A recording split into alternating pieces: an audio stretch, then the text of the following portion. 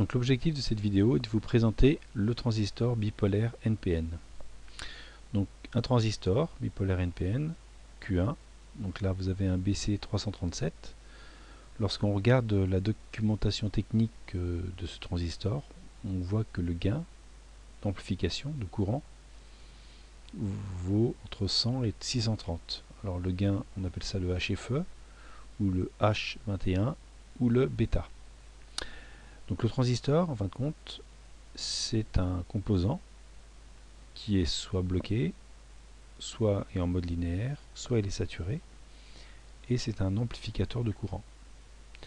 Donc on a trois broches, l'émetteur ici, le collecteur et la base. On a trois courants, le courant de base IB qui va dans ce sens-là, le courant de collecteur IC qui va dans ce sens, et le courant d'émetteur IE qui est la somme des deux courants IC plus IB. Donc nous allons lancer la simulation. Donc dans un premier temps, nous allons ouvrir l'interrupteur, ce qui fait que le courant de base IB est nul. Quand le courant de base IB est nul, le transistor, on dit qu'il est non passant, on dit qu'il est bloqué. À ce moment-là, il n'y a pas de courant de collecteur, parce que IB vaut 0, donc IC vaut 0. Donc la LED est éteinte. La chute de tension bande de R1 est nulle. La LED est éteinte, donc là on a une tension nulle. On voit bien que IC vaut 0, 0 mA, IB 0 mA. Et toute la tension de tension de polarisation BAT2 se retrouve au niveau du UCE. La tension UCE vaut 12 volts. Voilà, 11,9 en simulation. Lorsque nous allons fermer l'interrupteur, donc nous allons faire varier le courant. Voilà, donc là le courant, on va partir d'une valeur très faible.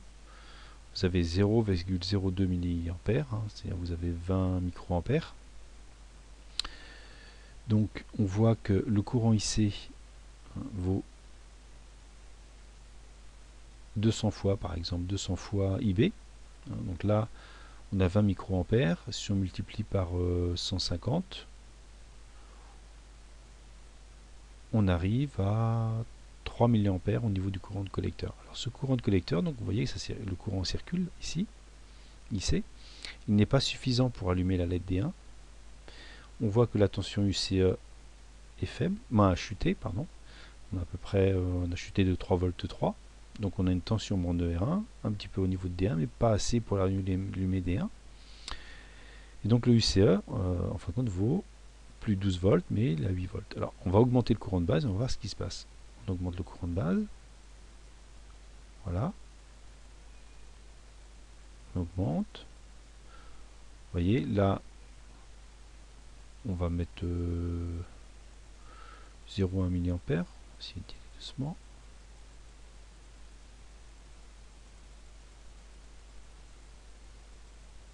Ouais, donc là, voilà. Donc là, on a augmenté le courant de base, on a 50 microampères, c'est-à-dire 0,05 mA. Donc on voit que le courant IC a augmenté, donc la LED commence à s'allumer, et on voit que UCE va diminuer. Et plus le courant de base va augmenter, plus le courant de collecteur va augmenter.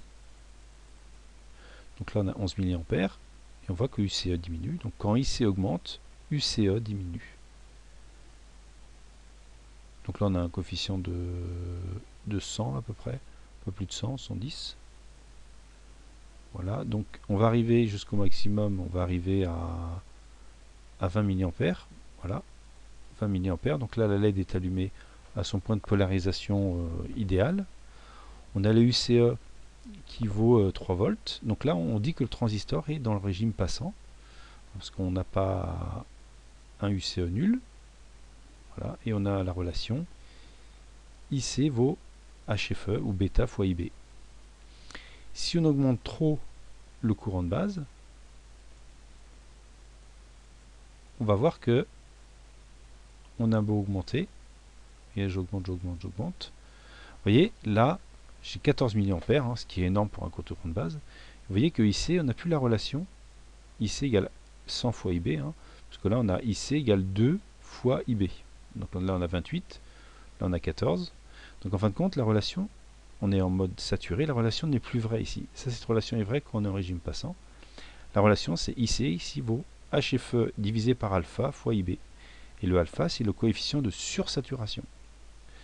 C'est-à-dire qu'on a envoyé tellement de courant de base au niveau de la base du transistor que le transistor il est saturé au maximum, que le UCE vaut quasiment 0. Là, il vaut 0,18. Et là, la LED, elle est suralimentée. Hein, c'est-à-dire on peut griller la LED parce qu'on a dépassé les 20 mA. Donc, premier état bloqué. Deuxième état saturé. C'est-à-dire que le transistor est passant au maximum.